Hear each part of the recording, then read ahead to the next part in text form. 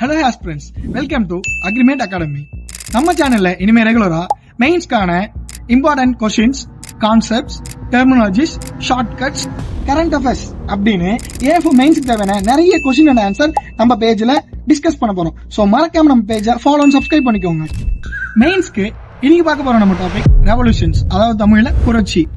So ரெவல்யூஷன்ன்றது first எதுக்கு கொண்டு வராங்க?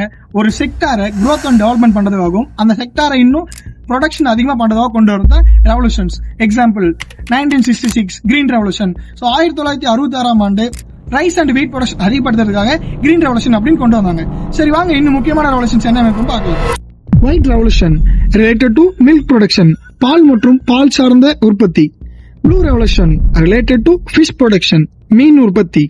Brown revolution related to food processing or leather production, உணவு பதப்படுத்துதல் அல்லது தோல் உற்பத்தி. Grey revolution related to fertiliser production, உரங்கள் உற்பத்தி. Yellow revolution related to oil seed production, எண்ணெய் வித்து பயிர்கள் உற்பத்தி. Pink revolution prawn or onion production, இறால் அல்லது வெங்காய உற்பத்தி. Golden revolution related to fruit R honey production, பழங்கள் அல்லது தேன் உற்பத்தி.